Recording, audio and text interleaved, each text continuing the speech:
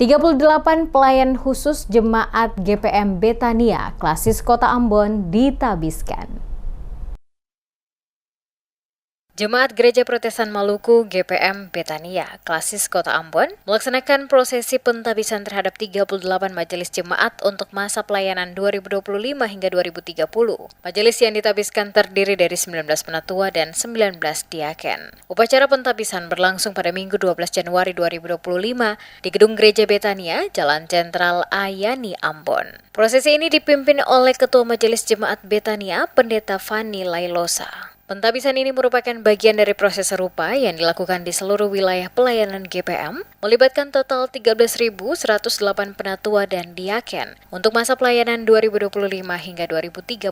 Mereka tersebar di 772 jemaat pada 34 klasis di Provinsi Maluku dan Maluku Utara. Dalam khotbahnya, Pendeta Fanny Lailosa mengatakan bahwa tugas yang dipercayakan Tuhan kepada majelis jemaat bukanlah tugas yang mudah, yang menegaskan pentingnya mengandalkan Tuhan dalam menghadapi tantangan pelayanan. Ia mengajak para penatua dan diaken yang baru dilantik untuk tidak mengandalkan kemampuan dan kepandaian diri sendiri, melainkan bersandar sepenuhnya kepada Tuhan dalam menjalankan tugas pelayanan. Pendeta Fanny juga menyampaikan harapan agar semua penatua dan diaken masa pelayanan 2025 hingga 2030 dapat menjadi pelayan Kristus yang setia dan rendah hati. Mereka diharapkan mampu bekerja rajin, takut akan Tuhan, serta terbuka terhadap pimpinan Roh Kudus untuk menggerakkan partisipasi seluruh jemaat. Fanny berharap fokus pelayanan juga mencakup relasi antar umat beragama, pelestarian lingkungan hidup, keadilan dan kesetaraan gender, serta perlindungan terhadap anak-anak dan kaum marginal. Selain pentabisan, dalam momentum 5 tahunan ini, juga dilakukan pelepasan 20 penatua dan diaken masa pelayanan 2020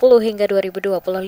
Pendeta Fanny mengucapkan terima kasih kepada para majelis jemaat yang telah menyelesaikan tugasnya dengan baik dan berdoa agar mereka senantiasa diberkati Tuhan. Usai ibadah pentabisan, acara dilanjutkan dengan serah terima tugas dan tanggung jawab dari Majelis Jemaat periode 2020 hingga 2025 kepada Majelis Jemaat periode 2025 hingga 2030. Saya bersyukur sekali sebagai Ketua Majelis Jemaat bahwa proses ini bisa berjalan mulai dari rekrutmen bakal calon penatua dan diaken, sampai proses pemilihan, sampai proses pentabisan hari ini, semua bisa berjalan dengan baik.